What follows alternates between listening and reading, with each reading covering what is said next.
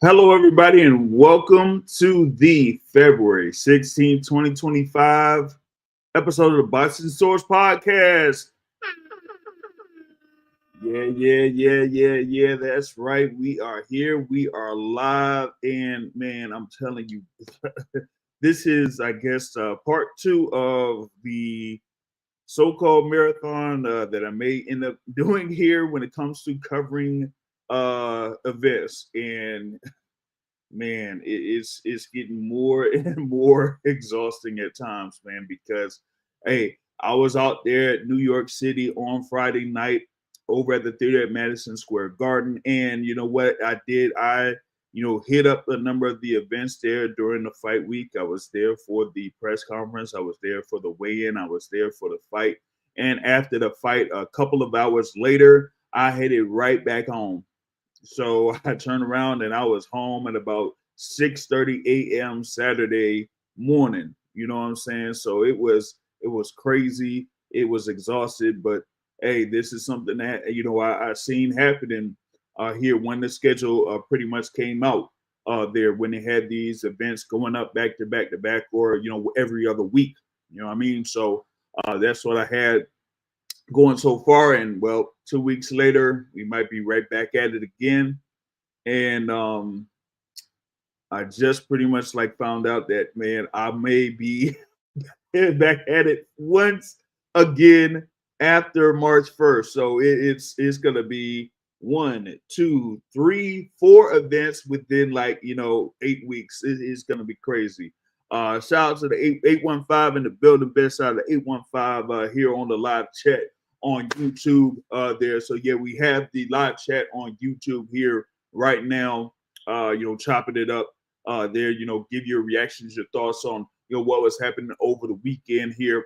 But we're gonna get into it when it comes to what happened there at the theater at Madison Square Garden. It was the culmination of a new world champion there in the lightweight division. You had Keyshawn Davis going for the WBO lightweight championship against Denys Berinchyk. Both of them came into this particular fight undefeated, with Denys Berinchyk at 19-0, the defending champion, his first defense of that WBO lightweight championship. Of course, he won it by decision over Emmanuel Navarrete, right? And then you had Keyshawn Davis there with a record of 12-0. Of course, he had his big year last year. Been mentioning it many times over there. Of course, when he had three fights, right? Defeating Jose Pedraza, Miguel Madueno, and Gustavo Lemos there in 2024, which led to his opportunity to fight for the WBO lightweight title. And well, I mean, man, I was looking at this fight and I was like, man, I knew this was going to be something where Keyshawn Davis was going to show up, show out, and all of that, because you had Denys Berinchyk being able to get the WBO lightweight title, but him being around 36 years old, this being his first fight since the bout against Emmanuel Navarrete. That's key right there. I've stressed it many times over. The more active you are during the year, the sharper you're going to be in these fights, and the longer the layoff, the worse it's going to be. You know what I mean? So that's why I highly favored Keyshawn Davis in it. I kind of like picked Keyshawn Davis by stoppage, but I expected around round 6 through 8. So we had something there that was crazy. That 815 says Keyshawn is ready for Lomachenko and Tank Davis. Well, we're going to be discussing that here in a little bit too, because there's big plans, and fans have a lot to say reference to Keyshawn Davis, particularly after this performance. I mean, and well, he had a performance out there, and I mean, the round one, you pretty much seen the difference there already, as far as like the height, the speed, the size, all of that in round one. Okay, and come to think of it, this was not much different than Keyshawn's fight against Gustavo Lemos, where he pretty much kind of like gauged what was going on in reference to his his opponent. And after a couple rounds, he's like, man, I got him. All right. And we just, second round, there was a part in the second round where I guess he, kind of got hit by, Denys Berinchyk, and then they were in a clinch. And when they were in the clinch, Keyshawn Davis looked over, and it was Terrence Crawford there, pretty much around, that was what, the third row or something there, ringside. And Keyshawn Davis like, nah. And then another one later on in the round, he's like, man, I got this dude. And that's where you seen Keyshawn Davis just start to cook. Denys Berinchyk go to the body. And like he stepped on the inside on the first knockdown. He stepped on the inside there as he was a southpaw, right? But southpaw to orthodox, and he went in with the left hook to the body, put down Denys Berinchyk. Denys Berinchyk got up, you know what I mean? And then after that, it was pretty much over. And then in the fourth round, you seen the combination to the body, bang, boom, and that was it. And y'all see the picture there in the cover photo here. If you look at it on YouTube there, and of course you see Keyshawn Davis selling on them, dancing on them, stepping on them, all that stuff, right? Easy work, 10 count there by Dave Chappelle. I mean Harvey Doc. Harvey Doc, referee Harvey Doc is not Dave Chappelle, okay? It's Harvey Doc, okay? Counted to 10. And so it's a knockout victory there for Keyshawn Davis there, you know what I mean? So that was that. Now, I want to add in one of our great panelists on here to join us to talk about this main event here for a little bit. It's been a great panelist here over the course of the history of the Boxing Source podcast. And, is joining us here on his birthday, man. Give a birthday shout out to my guy here. The boxing academic is in the building. What's going on? Hey, appreciate it, JR. Appreciate it, man. Nothing too much, just chilling. Yeah, for sure, man. I hear that you just finished eating some Jamaican patties. Yeah, you might be here joining the club. I think you joined the club, man. So welcome to the club and everything like that. hey, don't try to write me off too much now. I'm still young at heart. I'm still young at heart. Yeah, man. So very thankful for you to join us here this evening, man. So hey, I pretty much like said that hey, Keyshawn got the victory and everything like that. And shout out to Secret Dance Move on the chat. Said Keyshawn did what he had to do.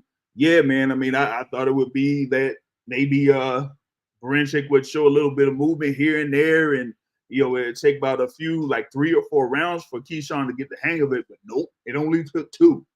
And so that's why he took care of business as the businessman in 4 rounds there. So it was like easy work and all that type of stuff there for Keyshawn Davis for him to win the WBO lightweight championship. Boxing academic, what did you assess there in this particular fight? So I'm gonna keep it short and sweet. There was a comment that I noticed. Secret Dance Move said, "Nah, that performance showed nothing new to me." And so the reason why I'm gonna keep it short and sweet, because I have to agree with Secret Dance Move. When I was watching the fight, these are the 3 comments I made to our boxing chat. Keyshawn Davis never had to take it out of first gear. Let me see what the second. Oh, the first one was, I'm kind of disappointed in the skill set of Berinchyk. The second one was, Keyshawn Davis never had to take it out of first gear. Mm-hmm. And the was, that boy quit, man. That boy quit, man. That boy quit. I'm still trying to think who said that, because I feel like I got that from somebody. I don't know who said that. That boy quit, man. But yeah, so he quit. I'm sure the body shot hurt him. Yeah. But he could have got up if he actually wanted to. He made a business decision. He made a business decision. And I'm quite disappointed in his skill set. And I unfortunately didn't learn anything new about Keyshawn Davis. That ain't Keyshawn Davis' fault, but Right. I'm just disappointed. Like, and maybe so he beat what's the guy name he beat last time in that last fight? You talking about for Berinchyk? Yeah, Emmanuel Navarrete. never it. See, like, is it saying a lot? Navarrete is a decent fighter, so you got to give him that. He's a decent fighter. It just take me back to Julius Ndungo. Julius Ndungo beat some okay fighters, but he just wasn't that good. And maybe part of the reason is the same reason with Clarissa Shields. She just make people look extra average. And that could be the reason. That could be a thing with Keyshawn. But I'm leaning more so that this guy just okay. He's like C- fighter, maybe. Yeah. You know, Like the style that he has is awkward for a lot of fighters. But if you're someone who's quick, you're really quick twitch and that type of thing, as far as like an offensive fighter, like he's easy he's work. chop suey. And I'm just kind of disappointed that Keyshawn never had to take it out of first gear. Like, you come in the fight with the belt, and this man coming to take your dang hardware.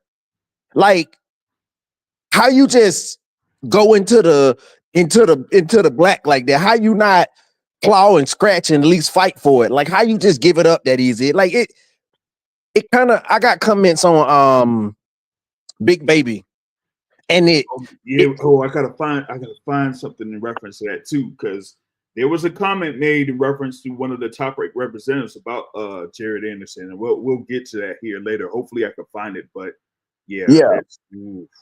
And so the thing with Jared Anderson is different than this guy, but it all stemmed from the same thing. It stemmed from the same thing with Anthony Joshua. It stemmed from the same thing with who else? Okay, I'm gonna stop naming people. Some like adversity sort of builds character, and you can tell a person who has come from something, who maybe not have had, the best sort of upbringing, or didn't have a lot of money, and they had to claw and scratch for something because they wanted. Like, how you come in this ring and just not like, almost like he didn't even try. Like, I'm not gonna say he didn't try, but when the heat started getting raising, he didn't even try to jump out the pot. He just stayed in the damn pot. Hey, like, okay, how about this? You said that Keyshawn Davis didn't go into second gear. He didn't have to go into second gear. He didn't have to go into second gear. Maybe because Denys Berinchyk didn't even try to go into second gear. Maybe. I don't know. Like, it irks me. It irks me a lot. Like, okay, these guys put their life on the line, so you got to give him that. Like, for him to even go in the ring, he deserves a level of you got to give him some commendation for that. But to not even like try to not like this your belt, wasn't he undefeated? Yes. You undefeated. This is your belt. This man coming to take everything that's yours. Like, you just let it happen. It's almost like he was a placeholder. It ain't like he's a placeholder. He was a placeholder. No different than Ndungo. When Terrence Crawford came to take his belt, he was just a placeholder. And so when people say the run at 140, and I'm sorry I'm making it about Terrence Crawford. Like, Terrence Crawford, the truth. Terrence Crawford deserves everything he has gotten. Terrence Crawford is the best fighter, in that division, and one of the best fighters like today. So this ain't nothing about Terrence Crawford's overall skill set or where he's at in the place of boxing. Terrence Crawford, the man. But I'm simply saying the run at 140 when he had to beat Ndungo for the undisputed was a weak sort of like, it's Ndungo. Ndungo wasn't that good, and this guy wasn't that good. And maybe part of it could be effort. At least Ndungo tried. Like, at least he wanted to win. Ndungo beat quite a few people off of his will and his effort. So you got to give Ndongo that. Mm-hmm. What I saw yesterday is a travesty. He just let it happen. You just allow that joint to happen there. Like, at least with Ndongo, up to that particular point, what it was, what did he do? He beat Ricky Burns, something like that. He beat, a couple of other fighters there within that division before facing Terrence Crawford. Now, after that, he got his ass whooped. So, yeah. Somebody made a comment. Somebody made, oh, I'm sorry. What, you weren't done? Oh, no, I was seeing here, man. Said Bud made Ndongo look average. Go to the one where somebody said Ndongo good. Go to that comment so I can respond. Ndongo was good. So the one measure that you can tell how good a fighter actually is. So it's two measures. You can tell how good they are before they get the belt, while they got the three, before they get the belt, while they have the belt, and then what they do after they lose the belt. And so Ndongo had a nice little run going up to him getting the belt, to getting, one or two belts that he had. But the competition that he faced, again, it wasn't that good. But how you can tell the true measure of Ndongo's skill is what happened to Ndongo after he fought Terrence Crawford, after he lost the belt. When he fought fighters that were, of decent skill level, it wasn't any competition. Ndongo wasn't that good. And you can win a belt and not be like,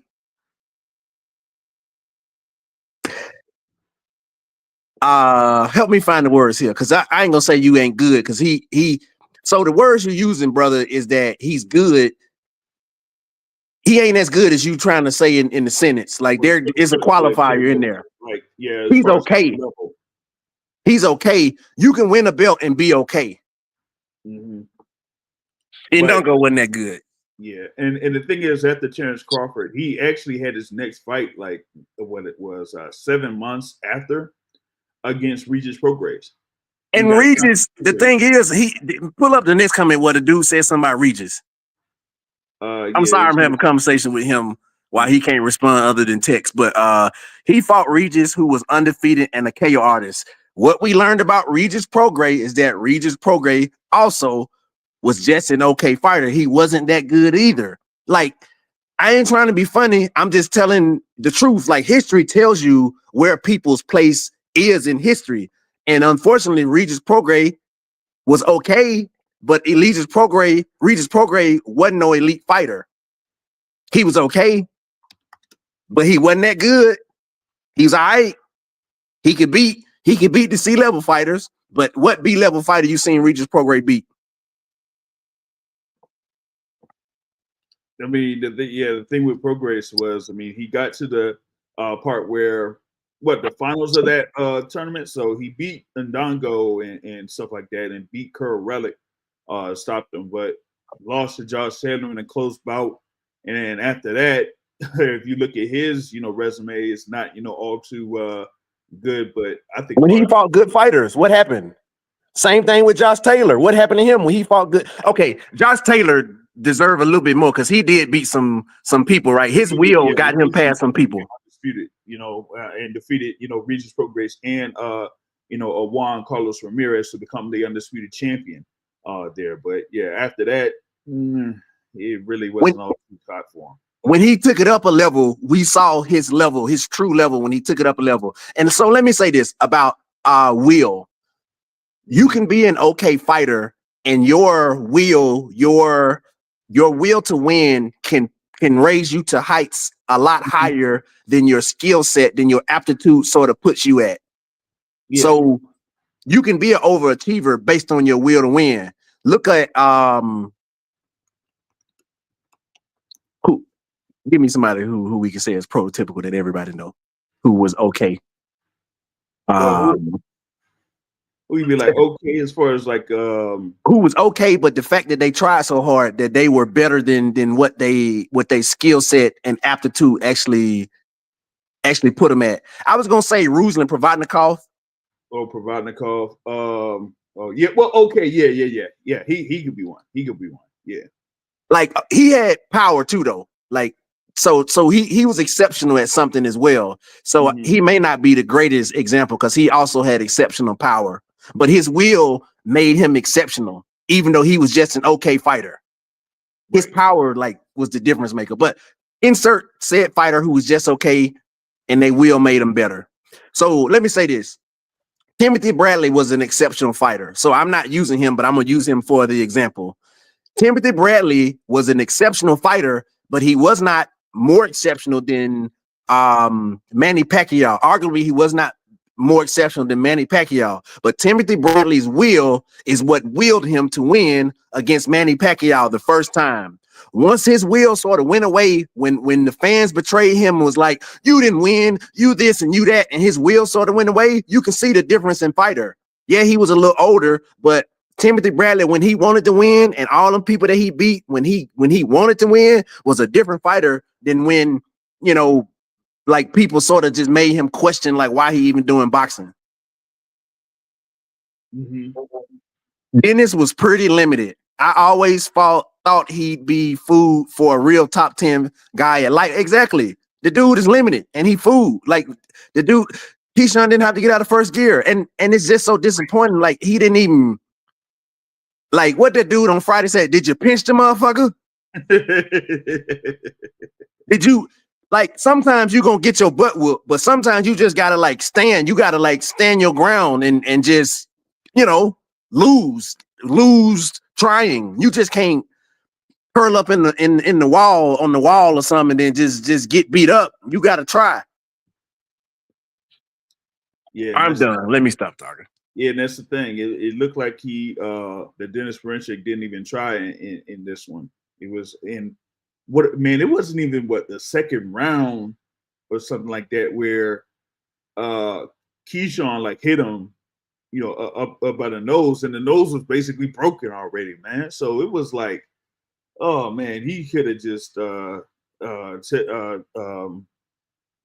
he could have taken his time. He could have stopped the bout at any time he wanted to, because it just didn't look like Denys Berinchyk really tried that much there in that one.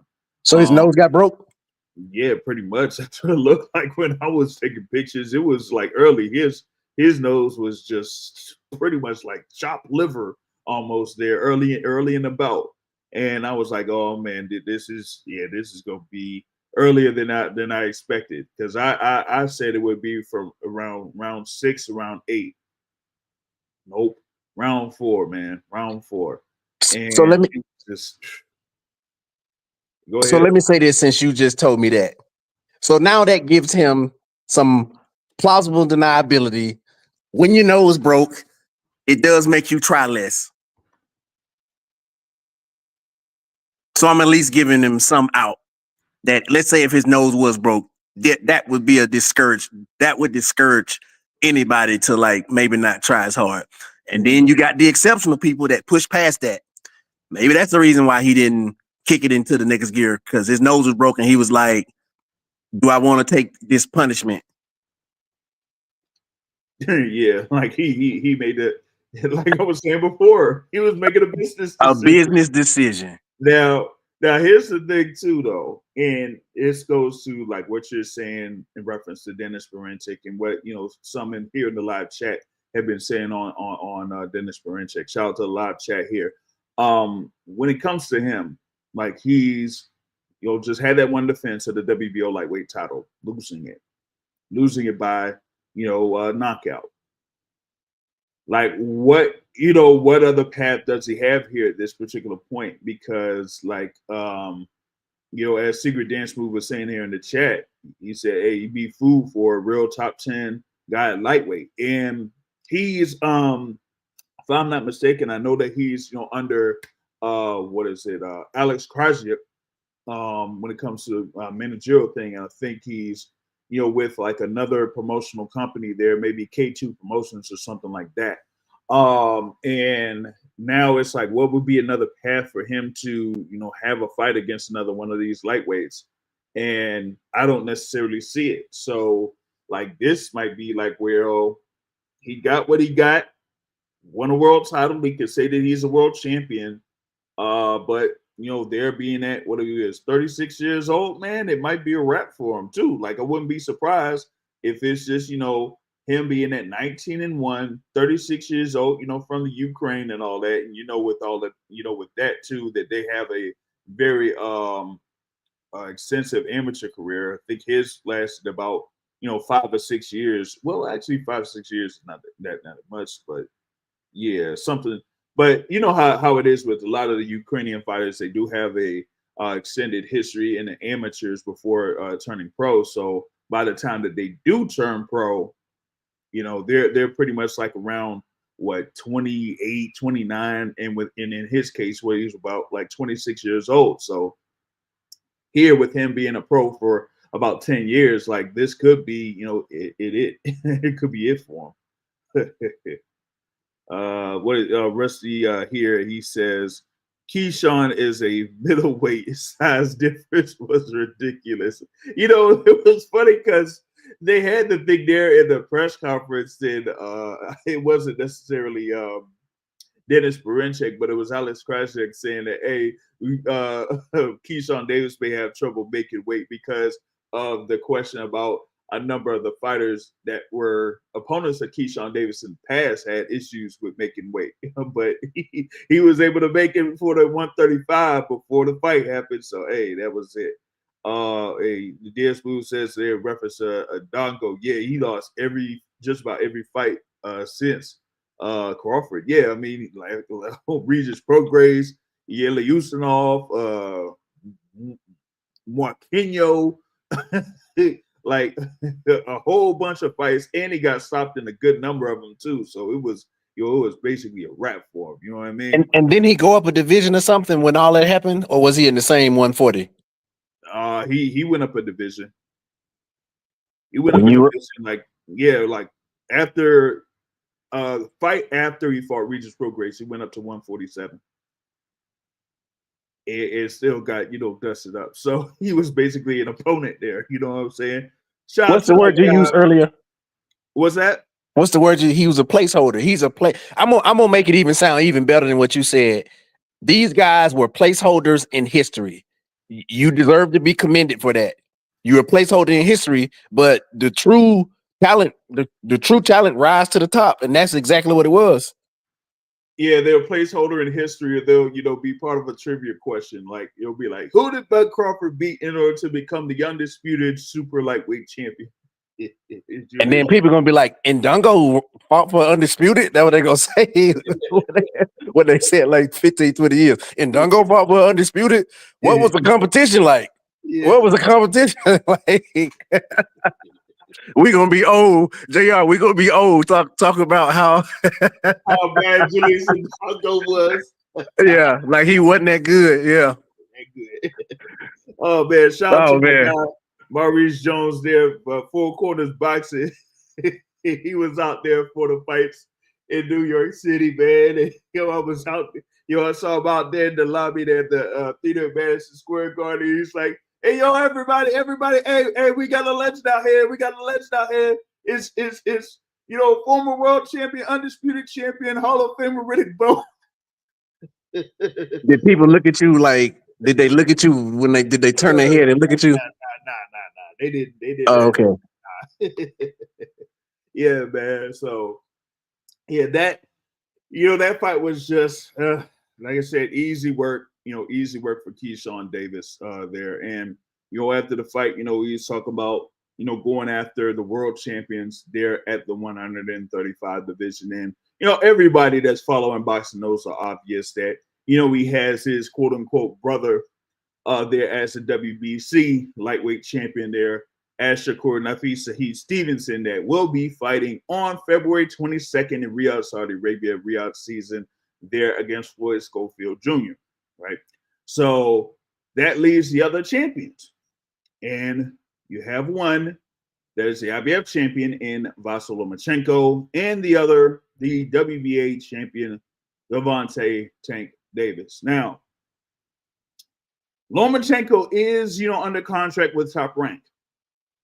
However, speaking with, one of the main guys there in Top Rank, in Carl Moretti, he's like, I don't know what's up with Lomachenko, man. It's seeming like, as the days pass by, that it's more and more unlikely that he's trying to get himself to, have a fight, this year. I know that there's been some reports that maybe he'll have a fight, at the middle of the year or something like that. But Carmaridi is like, so he was so skeptical about Lomachenko's intentions of returning to the ring, and so that leaves the thing there for them having the Ray Murataya versus Dara Abdullayev fight for the IBF interim championship for the time being. There, so they got that. They're gonna have that scheduled out. That's gonna be carried out there for Top Rank to do. So that's one side. And then the other side, you do have Gervonta Tank Davis that has his upcoming fight against Lamont Rhodes Jr. at the Barclays Center March 1st. Yes, I'm going to be out there March 1st there for that fight card there. So, and with that, that has been the one that's gotten the buzz and has pretty much gotten the buzz since last year, the thing about it is that, even with Keyshawn Davis mentioning Tank's name over the past, since July, basically, that it's kind of like picked up some steam. And the thing that's helped him out is the way that he has performed in his past few fights, so it's gotten a lot of interest towards him, and the thing about it is like, well, on one side, they're, looking to try to, have Keyshawn Davis defend those titles at least once or a couple of times. But there's been rumblings out there that if Gervonta Tank Davis, takes care of business and whatnot there on March 1st, that he may end up calling out Keyshawn Davis there, because he did mention in the, after the press conferences that he was going to call out somebody. Well, this was after the New York press conference, that he was going to call out somebody. And in the DC press conference, people were guessing. I had a guess, but I just threw it out there. I just said, and I was like, you know what? Fuck it. Shakur Stevenson. He was like, nah. And multiple people like mentioned Shakur. He's like, hell no. Nah. And someone mentioned Keyshawn Davis, and he was like, no. But I'm like, he kind of, wasn't as emphatic with Keyshawn Davis in comparison to Shakur Stevenson. So it could be potentially that he could call out Keyshawn Davis if he gets the win there against Lamont Rhodes Jr. on March 1st. Why would he have to call out Keyshawn Davis though? I don't know. And that's the thing. That's a good question, right? Because it's Tank Davis, right? He's the man. He's the guy. They're 135 pounds. If there's anybody that should be doing the calling out, it should be those that are trying to chase Tank Davis, not Tank Davis, doing that. But there's one thing with Tank Davis in that, I mean, he may have, kind of like mentioned it a little bit there with this interview with Lil Yachty, and over the past, few months, right? That he's kind of getting tired of people saying that he's not going after these guys that are the contemporaries there in the lightweight division. When he's done that, there's been, of course, the news in reference to him last year trying to get that fight with Lomachenko, and it fell through.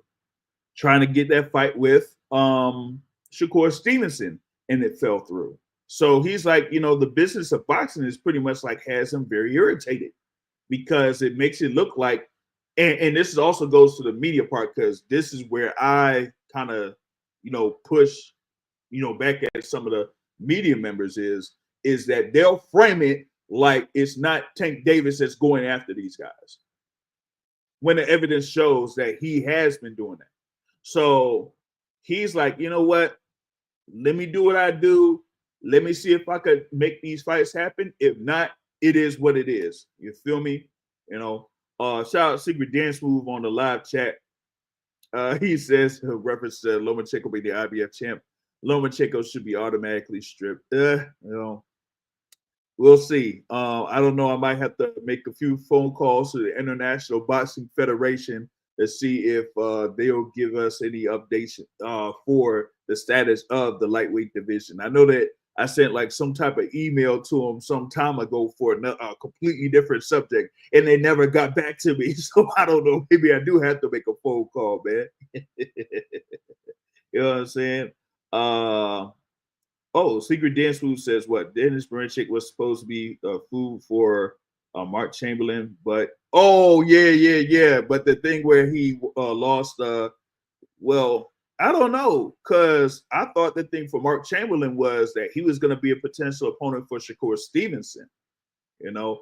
So that was the thing on that, man. So I don't know about all that. And you know, I was out there in Wembley, but I ain't making for that fight though, man. That traffic out there in London, man, it'd be crazy. But yeah, so yeah, I mean that's like the whole situation there within the lightweight division. So you know, like I said, 2 weeks from now, Barclays Center, you know, Tank Davis versus Lamont Rhodes Jr. We're gonna see how that goes. We might have a couple more in reference to that fight card. We might have a couple more interviews slated out for that, because I'm trying to get 2 more fighters here, and then maybe a revisit with another fighter here on the channel. So y'all be on the lookout for that. Shout out Maurice Jones. He says, yeah, drop truthful media, not just, you know, clickbait, basically. You know what I'm saying? Try to stay true to real boxing media content. You know what I mean? Dudes be, you know, putting out BS for clickbait and views. Yeah. You know what I'm saying? Yeah, February 22nd card. Yeah, I'm gonna I mean, I'll, you know, talk about it, but man, ain't no way I'm going all the way out there to Riyadh, man. I can't do that. No. You know what I'm saying? You know, I just talked with one of the trainers there for Artur Beterbiev there, and he, you know, pretty much left for Riyadh, either Thursday or Friday. You know, Iceman John Scully there, of course, is like, you know, one of the assistant trainers there helping out with Artur Beterbiev in his rematch against Dmitrii Bivol. So he's already, you know, on his, you know, he's been out there over in Riyadh for the past couple of days there. So, but now, as far as like going out to Riyadh for me at any point, I don't know, man. Like even going out to London took a lot of energy, man. So going out there, shoot, yeah, good luck with all that. Hey, going to Vegas take a lot of energy. Yeah, that no, but bro, yeah, hey, to be honest, man, that particular trip, that one was like, because like, man, going almost pretty much like going out almost every single day that I was there. I'm trying to tell you, man, I went to work, dog. Man, I was through, dog, that whole week.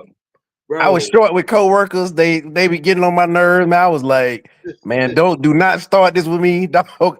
I was through, man. I was through, dog. I was through. Yeah, man. That was it, man. Hey, everybody, I went out to Las Vegas, and James made me go out every day of the week. This is not something I normally do. And he turned me to a club rat. James turned me to a club rat. No, because you went out Saturday night. You was out there in drives, man. I was not there with you. Nope, don't do that. Nope. Oh man, yo. Oh shoot, man. Shout out to my guy Smitty in the building, man. You know what I'm saying? Oh dang, he got me on the second coming. Smitty got me on the second coming. Yeah. All right, everything I said was a lie. It wasn't the truth. And everything I said, I don't know if James did or did not do. Listen. That was fake news. Okay. What he said was fake news. All right. He says what? I respect those. Y'all give Tank too many passes. A fighter says, why would I fight him? What has he done? Ain't trying to fight, bro. Okay, that's what you think. You're entitled to your opinion. I'll just leave it at that. Okay. All right.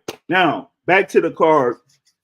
There in New York City. Of course, you had the WBO lightweight title there. You also had there in the co-features Andrews versus Slava Spomer there for the NABO and NABF super welterweight titles. Both fighters were undefeated.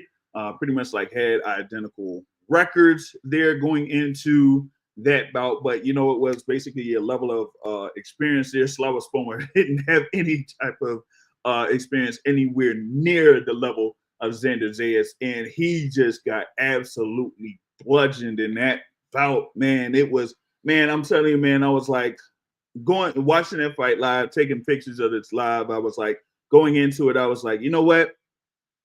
This could be, similar to Xander Zayas' bout against former world champion Patrick Teixeira, where he was just, touching him up and winning every round and getting everything done, with the, exception of like trying to get, end up getting a stoppage or whatnot. So it would have been a clear decision win there for Xander Zayas. That's what I was thinking before the fight. And we were almost there. It was like round 9. He was beating up Slava Spomer from almost like pillar to post. And then he, all of a sudden got to the point where he landed a shot to the body that really hurt Slava Spomer, had him backing up. And so he just blitzed Slava Spomer, got a couple more punches to the body, and then went upstairs to force the referee, Charlie Fish, to stop the bout there with under a minute left in the 9th round. So Xander Zayas got the TKO victory in the 9th round for that NABF and NABO super welterweight titles and whatnot. Now at 21-0, and you got Box Academic here. You know how he is about these CompuBox statistics, right? But I gotta bring this up because this was the CompuBox statistics for this particular fight. Xander Zayas landed 257 punches in that bout. Slava Spomer landed 39 punches in that bout. 39. Not one round did Slava Spomer land more than 9 punches in the round. It was absolutely insane. Absolutely insane. I mean, so that's the thing about it. That was just a beat down there from Xander Zayas and Slava Spomer. Shout out to my guy Matt from Brunch Boxing, because Slava Spomer, of course, and y'all saw his head trainer was Roy Jones Jr. there, and brother Matt has his doubts in reference to Roy Jones Jr. being a trainer for a lot of these fighters there, because he feels like Roy Jones tries to make the fighters be more like him, when Roy Jones was one of the most talented fighters in the planet there, and just had reflexes like none other. And you're not really going to have a talent like Roy Jones here, stepping in that ring. So he can't get these fighters to be like that. He has to make them adapt and have strengths that they're, that they could have their, naturally. So for him to be in the corner there for Slava Spomer, I mean, that was something. And, Spomer, kind of gave Roy props, after the bout and everything like that. But yeah, he wasn't, good enough there, man. Yeah, I was actually gonna make a. Yo, go ahead. Oh yeah, you can read this because my comment is gonna be along the same lines as all of these comments. Yeah. So that boxer was the worst match for Roy Jones Jr. So I'll be honest. At some point, I was too busy watching the #1 Auburn Tiger basketball team obliterate Alabama basketball. And so, we know who the #1 team is, so people need to put some respect on Auburn name.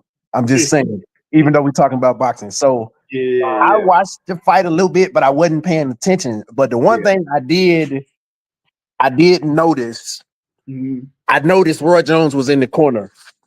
Yeah. And one thing I historically have noticed with Roy Jones, my guy got he lost more than he won. At least in these major, these higher profile fights that I've seen him in. Mm-hmm. And maybe that is the case where he's teaching people come to him because they want to be more slick, if I had to guess. They want to be more slick, but he's probably teaching people things that if they do what he did, they're going to do it terribly. They're not going to do it as well. And then if you do all the things that he got away with, which is not put your hands up, try to rely on your reflexes and do things like this, you're going to be in trouble. I didn't watch the fight, so I can't say what happened, but you know, yeah, I just know his win-loss column is looking pretty bad right now. Yeah, it's not all too good, man. And the thing with Spomer is like he had just about the same amount of knockouts, but let me see. If you go on there, let me see. It got 1 TKO, 2 TKOs, 3, let's see, 4, 5, about 5. So about half of them, are TKOs, you know what I mean? And with the majority of his fights being over in Germany, that kind of like goes to the level of the competition that he had there within that particular area. So, but I mean, he's listed as the top rated German in that division. So I don't know what that would mean. But with that being said, he just didn't have anything for Xander Zayas in this. His level of activity was not there. Definitely didn't have the defense there, so there wasn't really much that he could pretty much do. I mean, he at least he got to this part of being at number 11 in the WBO or something like that. But given that Xander Zayas has faced a number of these other notable fighters there, and some are like world champions or whatnot, or former world champions, that is, that he's kind of like built himself to get to that level of maybe being a world title challenger. Now the thing about it is that for me, looking at Xander Zayas in his past few performances, it's pretty much been the same thing almost every time. Like him outworking his opponent, him not really putting punches together to like really hurt a number of these fighters, with the exception of this one here late in the fight. And I think Tim Bradley kind of like hinted at it during his commentary, because I was able to rewatch it, there through ESPN Plus, and it's like, you see with Xander Zayas, it's not like he has something that'll really, give some pop behind his punch, right? And if you have something like that, you might not be able to really get to the point where you could face a number of these world champions there at 154 pounds. I mean, we've seen, of course, Sebastian Fundora is a unified champion. You have, you have the thing there where he could potentially fight for a world title. I don't know how that's going to work out for Xander Zayas.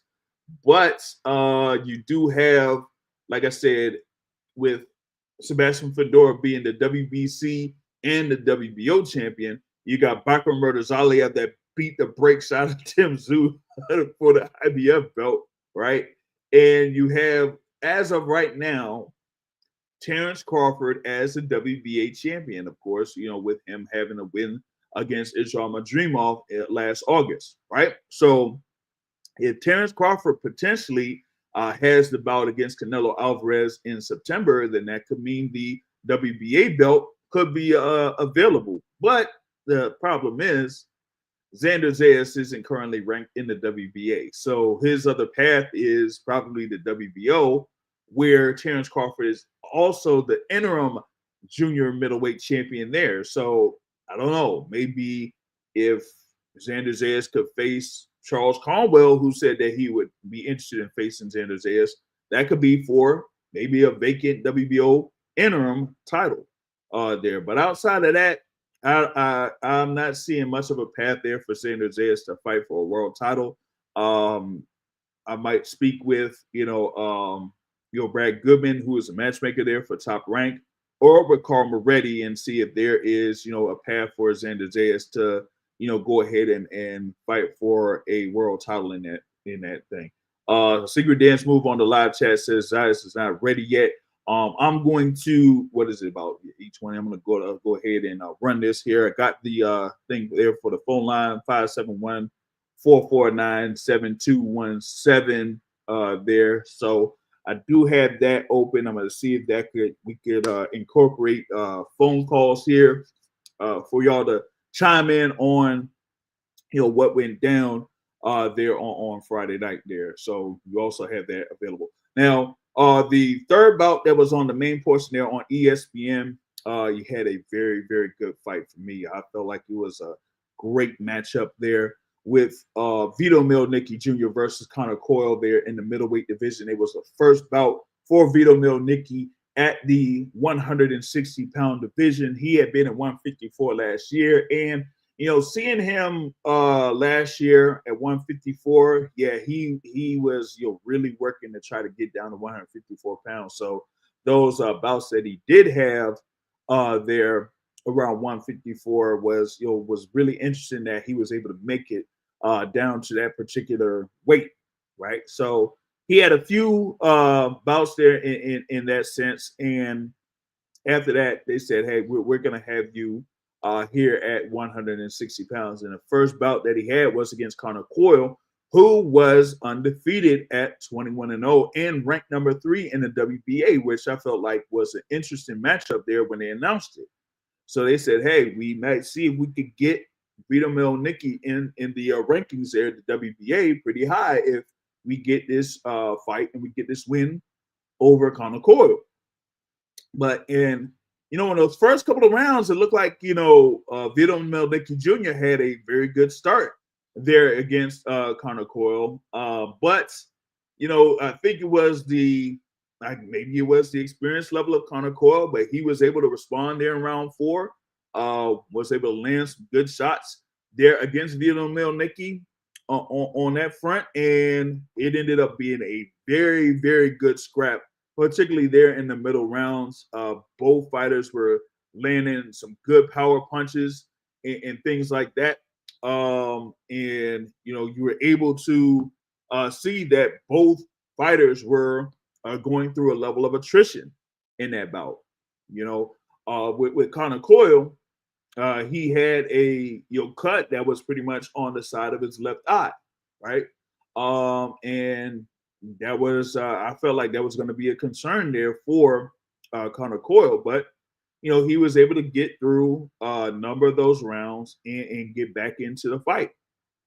And so when it was around like round 9, pretty much like round 9 going into round 10, me being there live, I was like, yo, this fight is really, really close.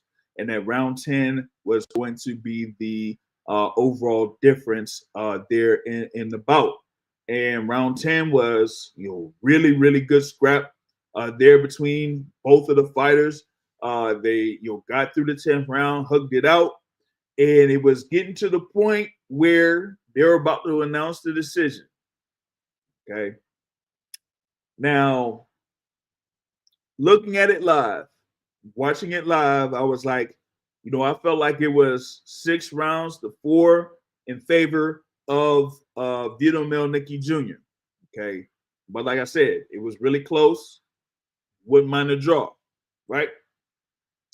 Seconds before, Mark Chinook announced the scorecards, Carl Moretti was there in the ring. Okay. And if y'all know Carl Moretti, there in Top Rank, and you've seen him there in a lot of these bouts and a number of these bouts, particularly when it goes the full 10 rounds, 12 rounds, or whatever it is. Like he usually has an idea of the scorecards and who won the fight. He said something to Vito Mielnicki Jr. before they announced the scorecards, and you see Mielnicki Jr. like he was really upset. He was really upset. So Vito already knew what the result was before Mark Chinook announced the scores. And they had the scores there of 96-94 for Vito Mielnicki Jr. But it was overwritten or override or whatever it is by 2 judges there, Ken Izzo and Kevin Morgan, with scores of 95-95 to make it a majority draw. So could have been a split draw, It could have been a majority draw or whatever it was. One judge had it 6 rounds to 4 for Vito Mielnicki Jr., like I had it 6 rounds to 4 for Vito Mielnicki Jr. But, still it was like really, really close. After, long after the event, we're talking with Carl Moretti. He said that one judge had the last 4 rounds for Conor Coyle, which, it was. Yeah, I didn't think so. I thought that at least for the very least that Vito pulled off the last round there, because I had like 5 rounds to 4 for Vito in that last round. It says live chat here. Secret Dance Smooth says, "Yo, watching the fight, but not closely." Yeah, they were exchanged leather. I'm telling you, and it was a good matchup. Like, there were some people that said, like, why did they have Vito Mielnicki Jr. Against Conor Coyle there as part of the main card? And I'm like, number one, you got Vito Mielnicki Jr. there, not that far from New York City. They're Ruston, New Jersey. So you're gonna have a number of the supporters there for Vito Mielnicki Jr. At this venue. I mean, he's been there at the Madison Square Garden Theater, for a couple of times. His last bout was there at the theater, Madison Square Garden. You know what I mean? So not that much of a drive for his supporters to get out there to watch him fight. Then on the other side, you got Conor Coyle there. Of course, being originally from or hailing from Ireland. So you know how the Irish fans will be out there for him. And they were saying, yeah, there's only one Conor Coyle and all that type of stuff there. So if you watched it live there, I mean, I don't know if the cameras kind of like picked it up or whatever it is, but being there live, you had a whole lot of support there and a lot of shouting and everything like that, for that particular bout. So that's why, shout out to your Brad Goodman on that front, because that was a great matchup to have, to be able to set that up and both, fighters, both parties agreeing to it. And you got yourself a very good fight there on that front. So you did have that. Ruddy CK's here on the live chat says, what happened with Nico Ali? Yeah, he lost, man. He lost that one, man. He lost that one. That was a How did he lose? How did he lose? Like knockout or something? No, he lost by decision. He got outworked. Oh, okay. And he shouldn't have got outworked. But I think it was a matchup where his opponent like really wasn't affected by the punches that Nico Ali was landing on him. So and that just signaled to him to not really get as many punches as he needed to, and he just ended up losing by split decision there to Juan Carlos Guerrero. And yeah, after the end of 6 rounds there for that one there real quick, I mean, I was like, yeah, 4 rounds to 2 for Guerrero. Yeah, that's pretty much what the some of it was there. Says they should have a rematch. I'll see, man. I'll talk with either Brad Goodman or Coach Ronnie Shields and see if they're interested in having a rematch. He says needs to change his name to Nico Walsh and drop the Ali. God damn. Oh man. Yeah, that's something. But yeah, that was the main portion of the fight card there at Madison Square Garden, the theater at Madison Square Garden, that is. But we got to get into, of course, the ESPN Plus portion, and I want to get to, actually, for me, I feel like it's a top story. I know that there were a couple of fighters that did show up and show out on the ESPN Plus portion of the card, but I want to get into this particular story because this was something that I was looking at going into this fight card. And that is Jared Anderson being in this bout or this fight card going up against Mario Scalias. Okay. Yes, he was coming off of his stoppage loss there to Martin Bacoli that happened in August over at Los Angeles. And the thing about it is that the situation was not good on multiple fronts. Okay. Just going back real quick. Going to August, going into that fight against Martin Bacoli. Yes, it is a big opportunity there for Jared Anderson going up against a guy that was probably floating around the top 15, at least the top 15 in the heavyweight division, or probably at the bottom part of the top 10. But for a while, like a number of the people within his camp internally said that he is not quite ready yet to go up against the guys that are floating around that top 15. That includes the people that work for Top Rank, the Bob Arams, the Carl Moretti's, the Brad Goodmans, the Bruce Tramplers. And it also included a trainer that he was with since he was a kid in Derry Riley. But apparently, there are a couple of other, people in his ear that said, no, this should be the direction you should go. That this should be the trainer that you should have in Sugar Hill Stewart. That you should be doing work over in Houston, not in Toledo. And so that is basically what happened up until that point. So at least for me, going into that thing there, August 2nd or the week or fight week, when I see that Jared Anderson is out there doing a workout and he has Sugar Hill Stewart in there and I don't see Derry Riley, and I'm like, wait a minute, what's going on here? I thought Derry Riley was supposed to be there with Sugar Hill Stewart. No, that wasn't the case. So then you fast forward, you go into the fight. Yeah, he does, a couple things here and there, but hey, is Martin McCauley, he's there at 6'7" or 300 and some pounds, and he's getting hit by the punches there from Jared Anderson, and he's like, those punches don't hurt me. Bam! You know what I'm saying? And put down Jared Anderson a couple times, and Jared Anderson ends up getting stopped. And then after the fight, you had Bob Arum be like, look, Jared, I think you made an effort. You tried. Yes, you failed, but you tried. You know what? We'll see if we could get you back going and things like that, and we'll build you back up. And I guess that was what happened. Immediately after the fight, but that was August. Okay, here we are going through a few months. Now it gets set up for this fight in February against Mario Scalias, and folks are like, Mario Scalias, where in the world? Who? What? Who? Mario Scalias? Nah. So that's one. And then two,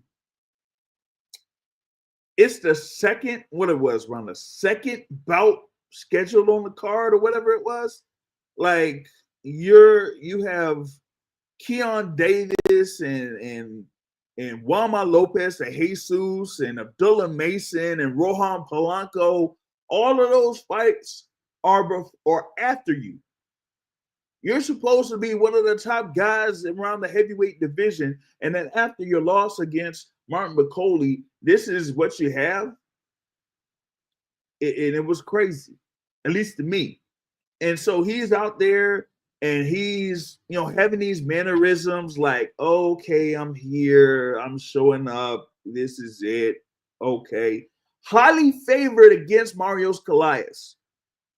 And he has the performance that he has. Like, he should have been able to walk through Mario Scalias, no problem, if he was the guy that had the potential of being the top, level heavyweight. Remember the talk all those years ago when he was out there, on his way up, and they were talking about what he was doing at the gyms there against Tyson Fury. What happened to all that? And it just like culminated to like this particular level.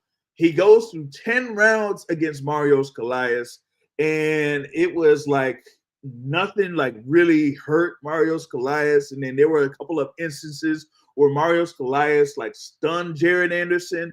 And I know that there was like a moment there in the corner with Jared Anderson where he's like, he expected, he looks like Mario Scalias is there for like 10 rounds, and I don't want to be here for 10 rounds. I'm like, oh man, what is going on here with that? You feel me? And so you have this thing here where it goes through the 10 rounds, and in that last round, you've seen there where you had another instance where Mario Scalias ended up stunning Jared Anderson. But he gets the unanimous decision, man, right? But man, I'm telling you, that right there just was not good at all from Jared Anderson. And it may be a wrap for the kid. It may be a wrap for him. I had something queued up there that was coming from Bruce Trampler there from Top Rank, right?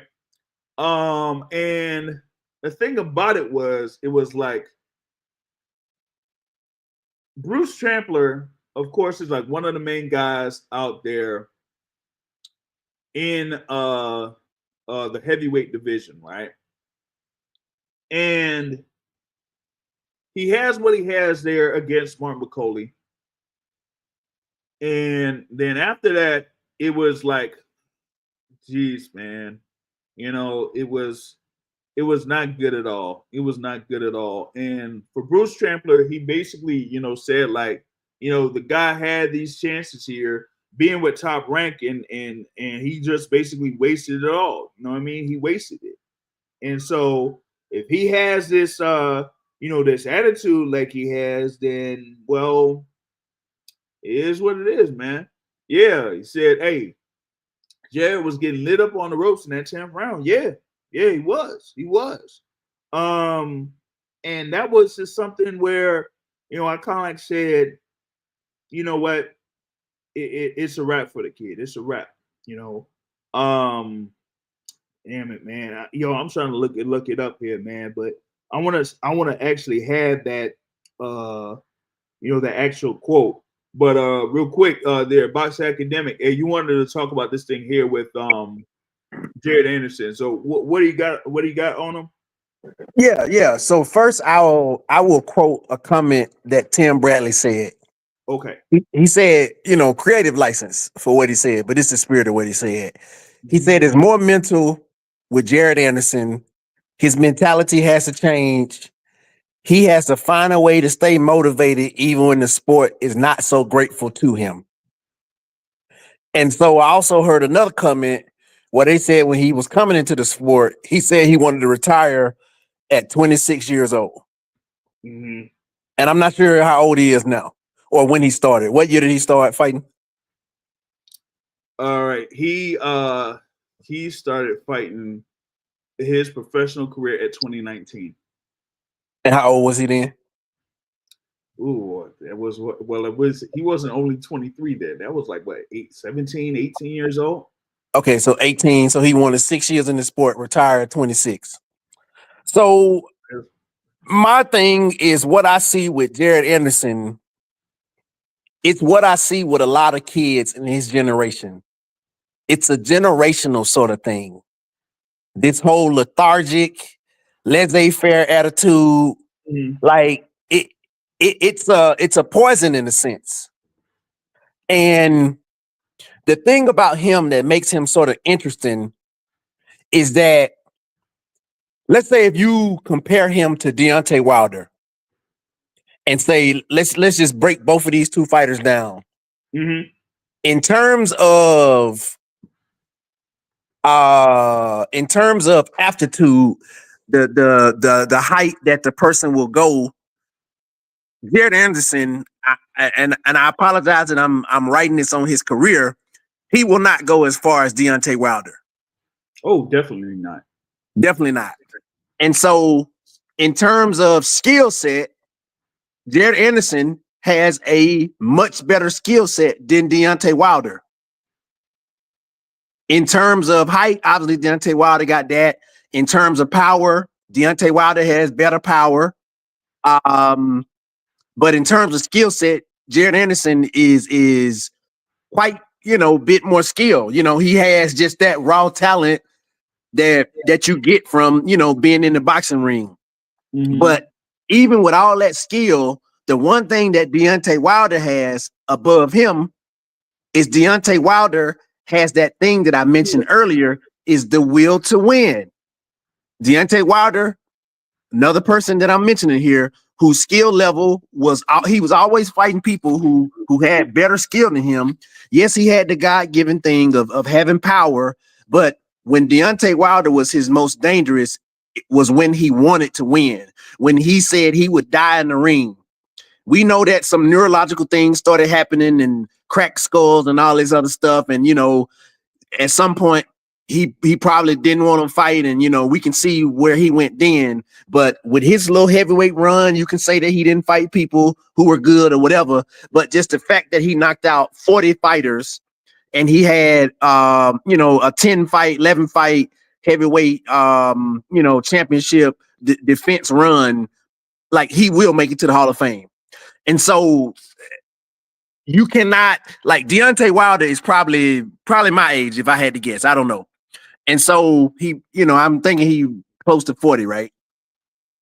And so, yeah. And so, like, being from a similar area as Deontay Wilder, you and probably even coming from similar circumstances, it, like, not giving your all and losing or not coming to the dance and saying that you're gonna go in there no matter what skill set you have was not an option. You can see with Jared Anderson the same thing that I see in Anthony Joshua. Anthony Joshua got the body of a god, pause, whatever words they say that I don't get canceled. But he got the body of a Greek god, and like, skill set, has won a Olympic gold medal, so he has the pedigree. We know Joshua's sort of limited in some things too, but when you combine that with Joshua's, dare I say it, weak mind, and like, his will to just go to that place, I don't think as many times that he really went to that well after the Klitschko fight. So, like, these intangibles, like the will to win and stuff, separate people, and that's one reason why Jared Anderson will not go. And so I asked myself, what could, like, I don't think I agree with what Tim Bradley said. He has to find a way to stay motivated, because I don't think motivation is not long lasting. Motivation can only get you so far. Like, you can come into the ring and be motivated, but then when you get punched in the face, the motivation leaves. The motivation is like an emotion. Like, he needs something that lasts longer than the emotion. Like, yes, sometimes emotions get you through those tough times and make you push through, but there's something that lasts a lot longer than those emotions, and that's discipline. The discipline to keep his damn hands up. The discipline to, it's something about, like, between him holding his hands around his chest and like, the way he sort of always get hit so cleanly. Like, I'm not sure, like, I would have to agree with you, because I don't know what he can do that will get him, that will allow him to get past the higher rated fighters. I don't think I can see, unless he just has something drastic change. I'm not sure what he can do.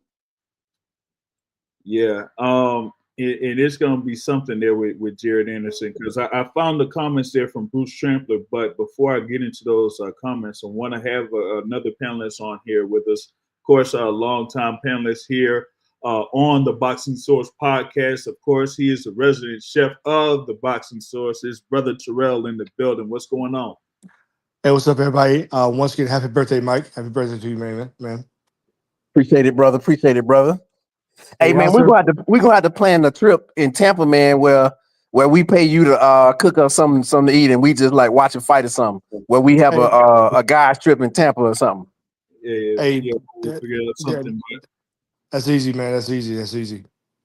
Hey, Terrell, I'll have to get at you with that, because something's gonna happen around, well, pretty much a month from now. Pretty much, like, said it earlier, but something's gonna happen a month from now. So I'll get at you on that one, man. Okay, cool. Let me know. Sorry, Terrell, I derailed your commentary. No, you good, man. It's your day, man. It's your weekend. It's your month. I don't want you to beat me up, because I know you're bigger than me. So I gotta. No. Hey, one thing we learned in my generation: if somebody's bigger than you, you don't like be talking over them and looking at them longer than 3 seconds and stuff. So I don't think the young people know that. I don't think their generation, the laissez-faire generation, I'm not sure if they know that. There's one person I'm thinking about that does this on the show, but I don't want to start nothing. I'll leave that alone. Whatever. That they stare at people? No, not to staring, but to talking. Jesus, I mean, Oh, it's good. oh, It's good knowledge, but damn, man, you're not the only one on this bitch. oh, yeah. I know you're talking about. No, let me set That's up before I your. sound That's like your. him. That's Yeah. your boy. That's your Yeah, that's boy. Jr. boy. That's Jr. boy. That's Jr. Hey, I mean, hey, one time Jr. didn't even invite me up. One time, I was like, "You motherfucker." Yeah. I never forget. I Hey, never he be forget on you.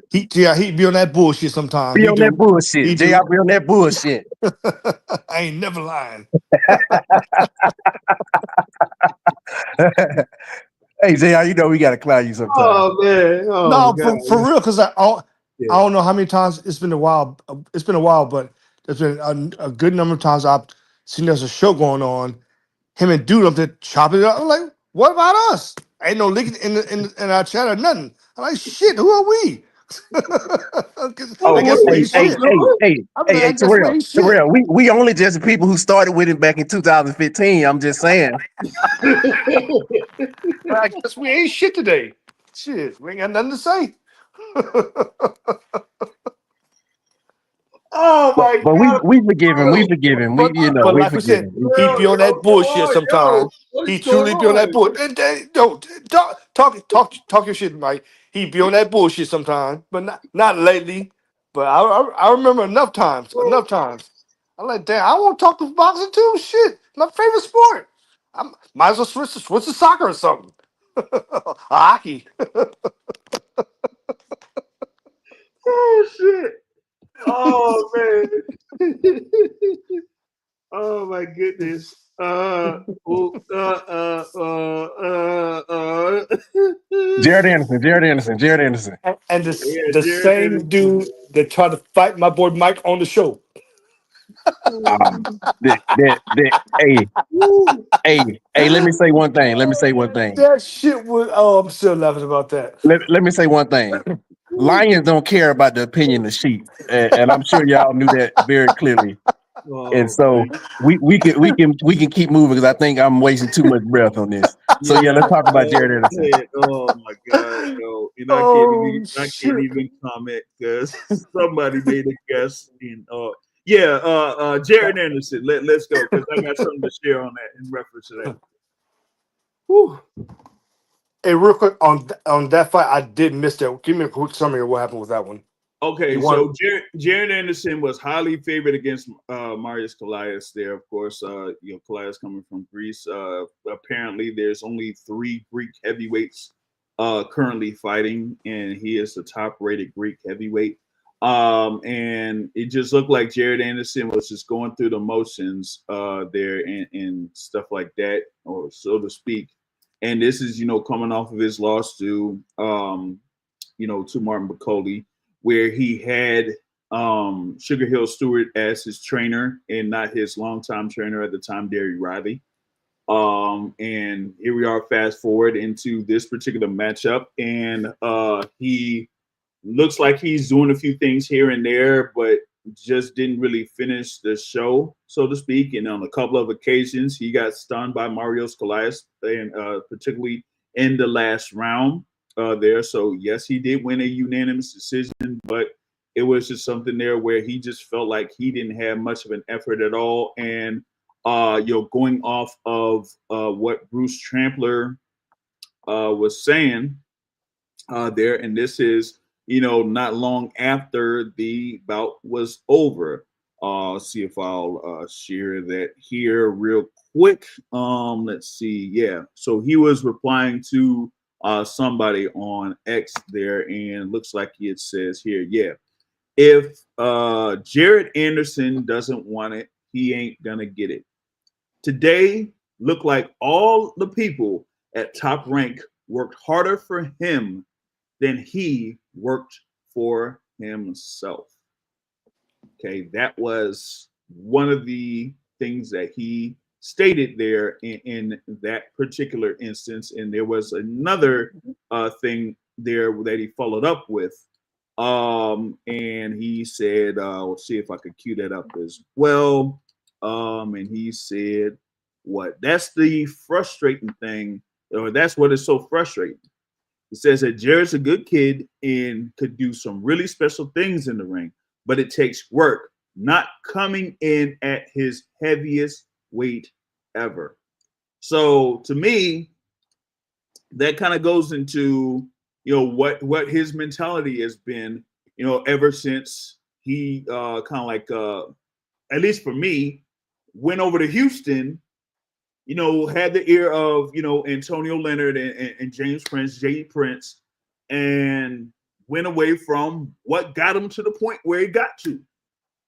So I was saying there before you got on here, Terrell, that apparently, like, it seemed like he listened to what, his manager there, Jay Prince, said as far as like going for that fight against Martin McCauley, because everyone within Top Rank and his trainer at the time, Gary Riley, advised against him taking that fight because they felt like he was not ready for a fight of that magnitude.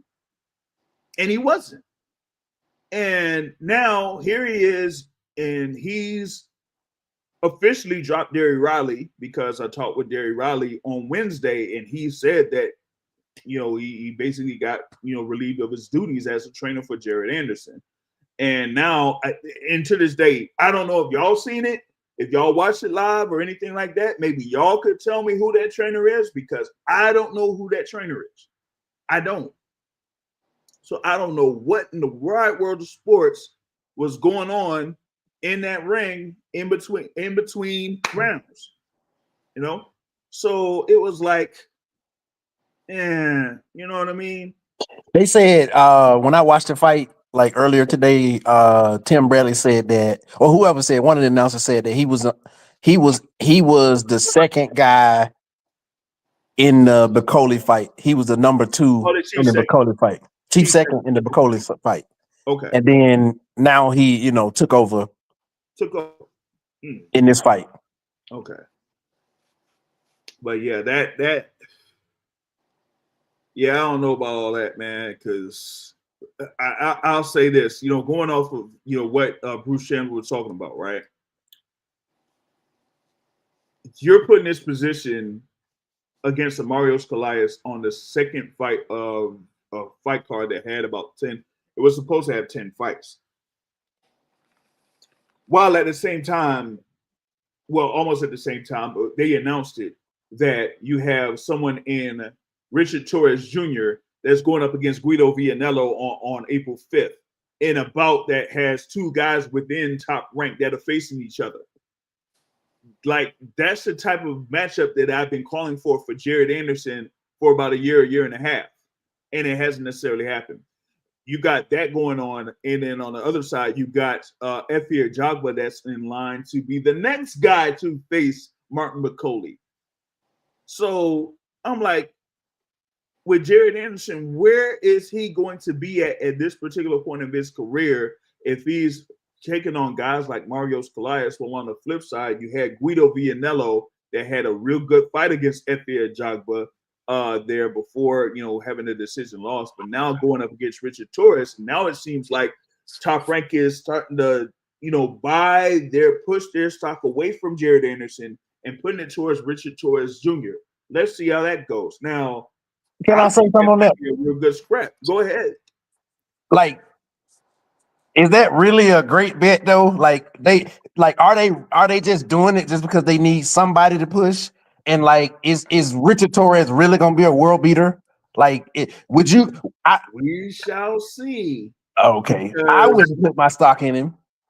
Because remember, the thing with Guido Vianello is he had the close bout with Efir Jagba, but he also stopped Arslan Bekmambetov there in August of last year too. So this that's the guy. That's the guy.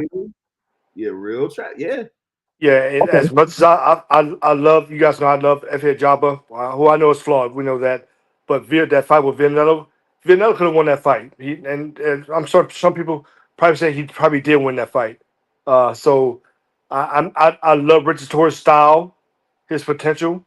But as we saw with Big Baby, until you get in the fight, I'm facing someone of a substantial nature and style, something like that.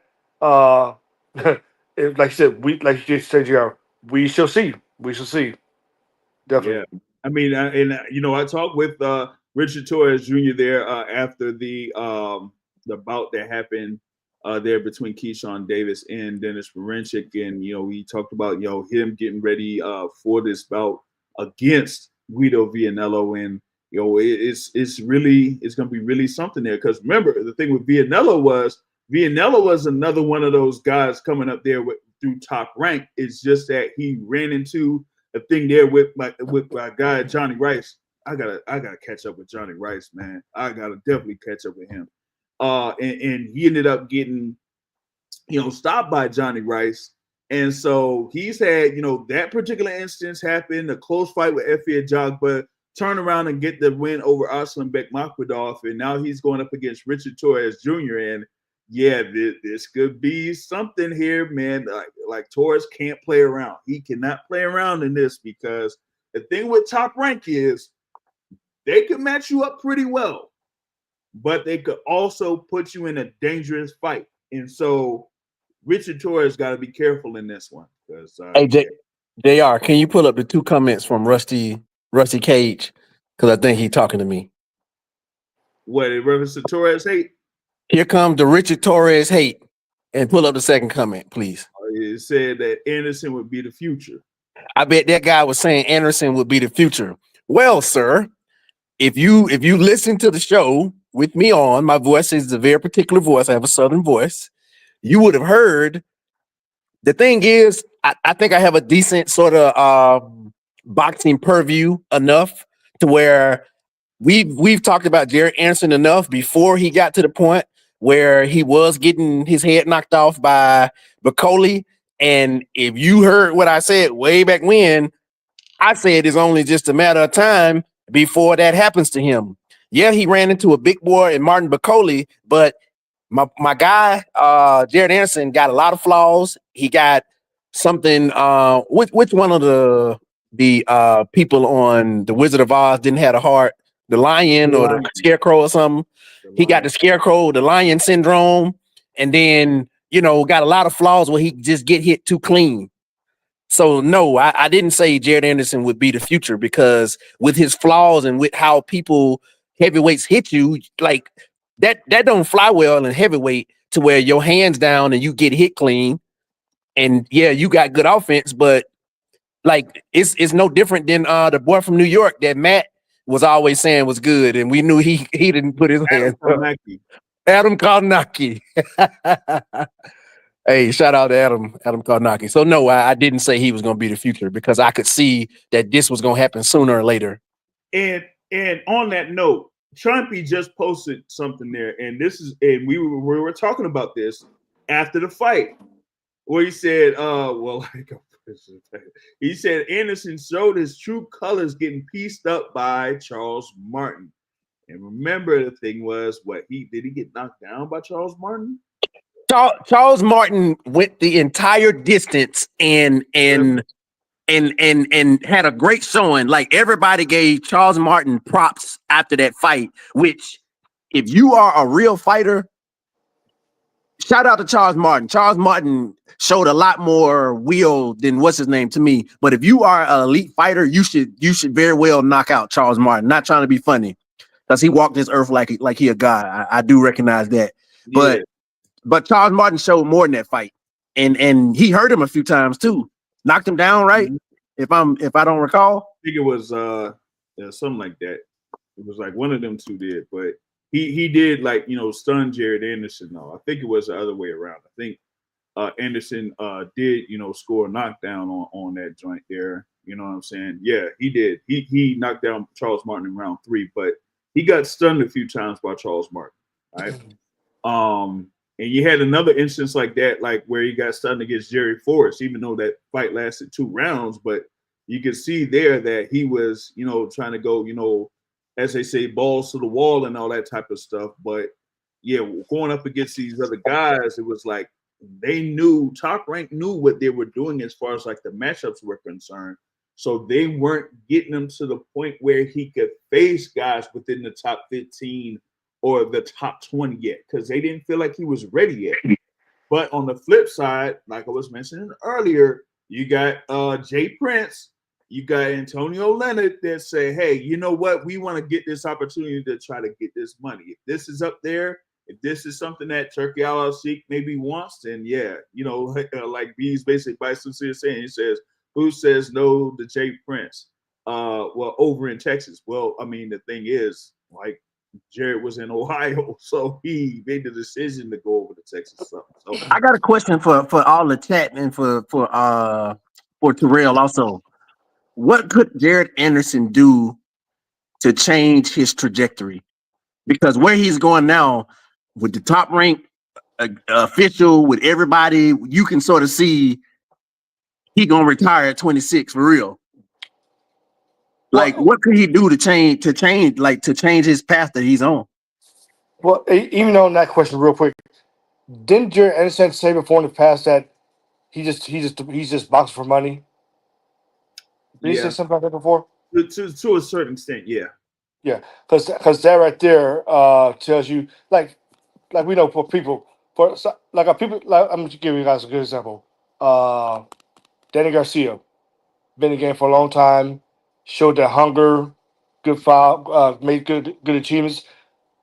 When you move past him and lost to Spencer, people like that, making business outside the ring, got money, and that hunger left him, right? And even and when you look back at that, he first got into boxing didn't have anything, right? Didn't have anything, and totally made a career. So his motivation was to make a career. And looking, I flipped that to Jerry Anderson because I do remember that was a bit of a storyline that came out on one of his fights one time. He's just doing it for money. I want to be in the game for a little while. So is he truly? Does he truly want it?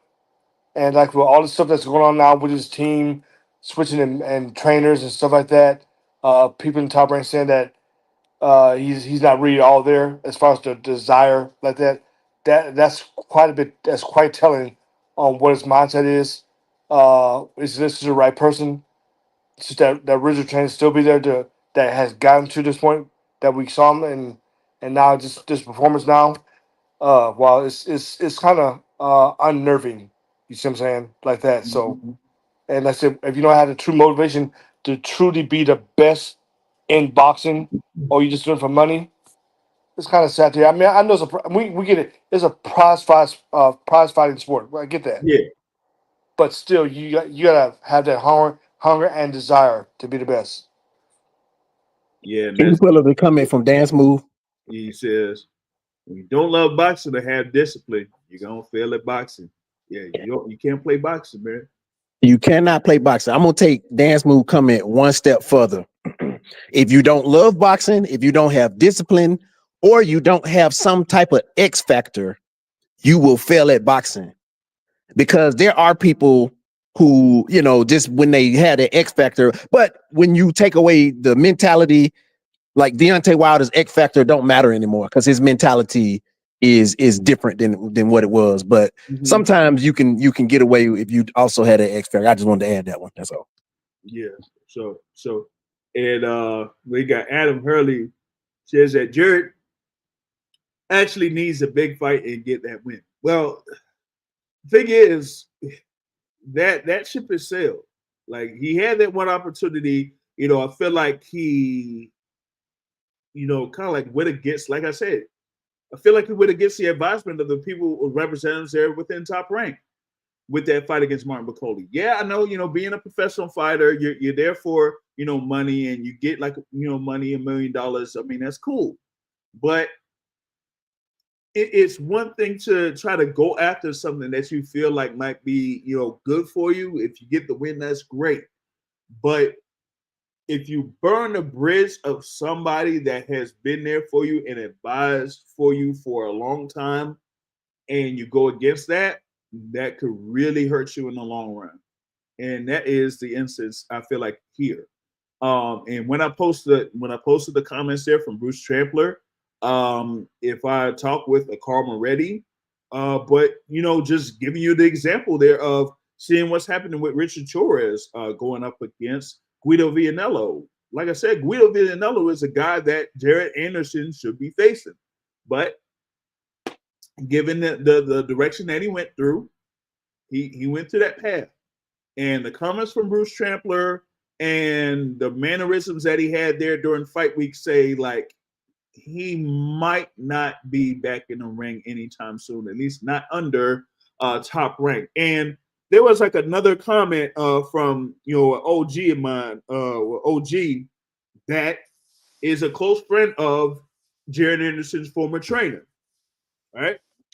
And he said that Jared Anderson is definitely going to be in the downward spiral. You saw a picture of Jared there at the weigh-in. He feels like Jared is going to end up being a club fighter or a heavy bag for them people or the other fighters coming up in the weight class. So, quick question: any idea how much rough he got paid against Bacoli? Now I would say around $1 million. Just $1 And million? so, Uh-oh. and so, does that negate listening to the trainer if you hungry? I'm not saying Jared Anderson was hungry, but Right. is there something that overrides it? That was the word that I was gonna say in reference to Jared Anderson too, was hungry. Like you were talking about, discipline, and heart and all that, but he doesn't seem like he's hungry. Excuse me, I meant more like a poverty hungry. I'm sorry. Oh no. You say he probably got $1 million for that? Yeah, $1 million for that fight against Bacoli. I'm saying, does that?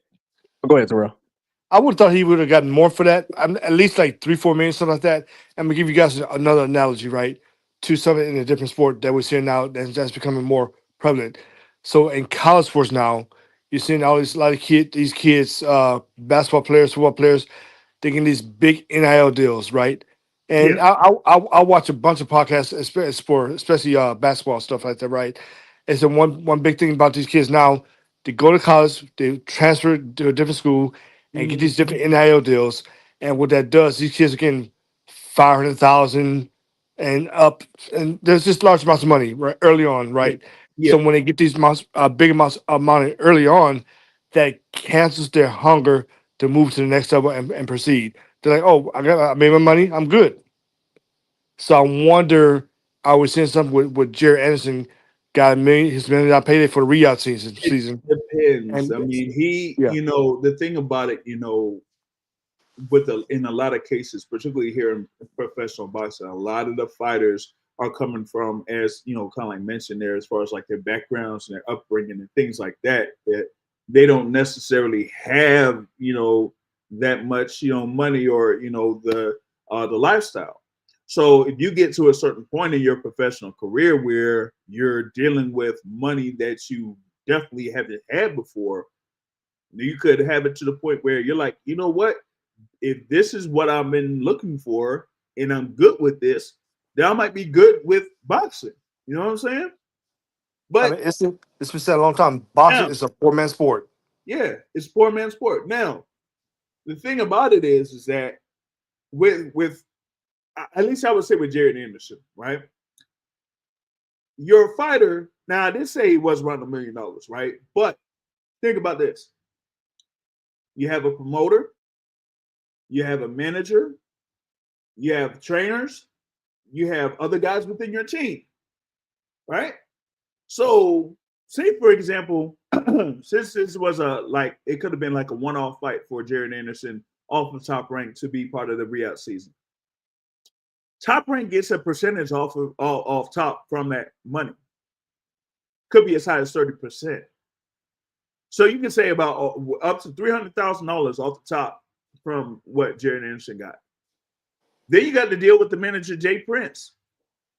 How much of that money goes to Jay Prince? Come on now. It's probably a good percentage. Okay. So out of $1 million, you'll probably out like half of that already. So if you would have so if you had those type of deals, then you probably could have got paid handsomely, but the percentages coming from your promoter, your manager, the trainers, the work, all that you had to do, you probably took home $300K, maybe after taxes, or maybe before taxes. So still, you know what I mean?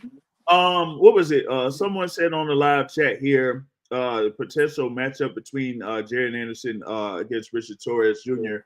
after Torres' bout against Guido Vianello. Hey, it may be possible, but like I said, that might be a trap fight for Richard Torres Jr. He can't play around. Shout out to my guy, brother Clarence McLean here on the live chat too, and brother Champ Ross here in the building as well, man. So yeah, that was that was the thing there in reference to Jared Anderson. That kind of summarizes most of what I wanted to talk about there in the fight card here, real quick. I'm gonna say that I have about another 15 or so minutes here on the live podcast here. You had like a number of those fights. I did mention a thing there with Nico Ali Walsh losing by split decision. You had Juanma Lopez there, De Jesus, of course. There was Juanma Lopez having that knockout, first round knockout there on there. Keyshawn Davis, of course, the youngest brother there of DB3 in his second pro fight, had a second round knockout victory over Artur Johnson. And you had Abdullah Mason showing up and showing out there against Manuel James with a fourth round TKO victory. Like that one was similar to the bout between Keyshawn Davis and Denys Berinchyk, because Manuel James didn't have nothing for Abdullah Mason either. And man, there were just some elements of Abdullah Mason. It was like, shoot, boom, like stepping back, landing the uppercut and landing counter punches. I was like, oh my God. But there was something also too that he kind of like hit it at and said, like, you know what? There's a lot of activity there in the lightweight division. He's in there in the lightweight division. He's a recent entry into, I think it's the WBC rankings. It's like high as like number 10 or something like that. And, some folks are talking about, him in the lightweight division and a number of those fighters there.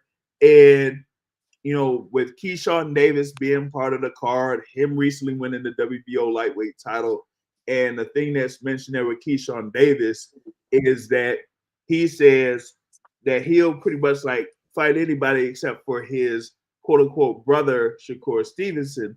Yep. Well, yeah, you see that my guy Abdullah Mason said the only guys that I won't fight is my blood brothers. So that almost was a He's like, Yeah, I saw that clip. That was a very interesting clip. But one thing I appreciate about him, he's a young fighter. The way he said it, he wasn't brash. He was being bold and simple. mm-hmm. Yeah. So with that What he said, said now? What he said?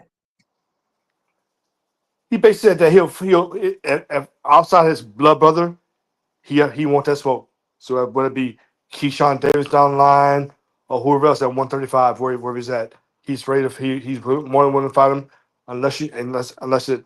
So that's all. If you're my brother, we fighting. We can get it in. Yeah. Appetite for smoke. That's what he be saying. Appetite for smoke. So Isaiah has spoke for just about anybody there in the lightweight division. And they said that he has intentions of trying to fight for a world title here by the end of the year, which would be something. But I don't know. They were supposed to have him be in for a 10-round bouts start this year, but that didn't necessarily happen here against Manuel James. Supposedly, he might be right back in the ring, if I'm not mistaken, on April 5th. I got to check on that, because if that's the case, man, it's like, they are not playing around. He's trying to, they say he potentially might be back April 5th against Giovanni Cabrera. We'll see. If they, if Top Rank announces that or something like that. But that would be really something if Abdullah Mason does have that scheduled 10-round bout against Giovanni Cabrera. That would be interesting bout. You know what I'm saying? Adam Hurley says Keyshawn should fight Abdullah Mason for the rights of fight Tank Davis. Oh man, that would be something. Honestly, I love, let you guys. I mean, kind of about Keyshawn performance from this past weekend. I love where he's at. I love how he's progressed. I love his command and control in the ring, all that stuff like that he's now showing.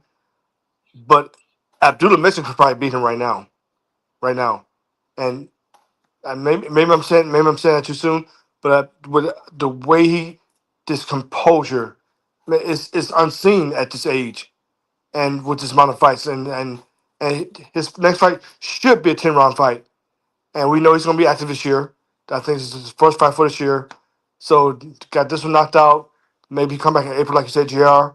That should be a 10 rounder, and get him prepped for a potential world title fight towards the end of the year. I don't know for what belt. And I think look at those rankings that he's out now in things like that. But with his style, he's seen some adversity in his last fight. We saw that. Uh, this dude's ready, and that would be. It was funny. When last time we seen two young fighters in one weight class get a world title 12, 13, 14 fights in? I don't recall that. I don't. Yeah. But yeah, that cover right there, man. Ooh, you said right now. Like, and the thing is, Abdullah Mason has more pro fights right now than Keyshawn Davis. But given Keyshawn Davis's background and who he's with and everything like that, they're able to get him into that position where he was able to fight for and win the WBO lightweight title. Okay. Now I mentioned earlier that the situation there with the IBF with Vasyl Lomachenko is uncertain. So for the time being, they'll have Zara Abdullayev there that's going to be fighting their Rayan Murataya for the IBF interim title there at lightweight. And so either they could have them at interim and eventually elevate them to full champion, or we may see what's up with Vasyl Lomachenko and then have them fight one of those guys maybe later on in the year. But if it's a wrap, if it's a wrap for real for Vasyl Lomachenko, maybe you could have Abdullah Mason fight one of those guys for the IBF belt. And I would pick Abdullah Mason over both of those guys too. I'm like, come on. At the same time, I hope that Lomachenko doesn't come back and jump into a fight and kind of cut line like, hey, let me get this right here. Mm-hmm. So, I mean, I get it. He wants to rest, which he's definitely been doing for quite some time. He didn't want to fight Tank. I get that. You can say what you want to say about that. I get that. But at the same time, people want to know. We want to know if he's going to come back and against who, right? So I don't know. Yeah. Because I mean, Abdullah Mason, I said, was at number 10 in WBC. After this bout, I'm not sure where he's going to be ranked in the IBF. If they're going to have him ranked in the IBF, it's going to be another. I think it will be another few weeks before the IBF has their next rankings out. But yeah, like Abdullah Mason, hey, they got him at number 13 in the WBO also. So it's like, hey, if you got Keyshawn Davis now as the new world champion, right? You got Ray Berinchyk against Zara Abdullayev. That would be for the interim IBF belt, and they're ranked at number 2 and number 4 in the WBO. If you have Abdullah Mason here, you'll get this bout in for April. We'll see how that's going to work out, but they might really try to have him climb up the rankings really fast there at the lightweight division for Abdullah Mason. It's going to make it for a really, really insane situation there at 135 pounds. All right. Yeah, shout out to Clarence for Clay there. He says, thing is, like, everyone's quick to say who's ready for who. If Keyshawn is not ready for Tank, they give us Abdullah Mason versus Keyshawn Davis. Well, yeah, I don't know how they would kind of make that.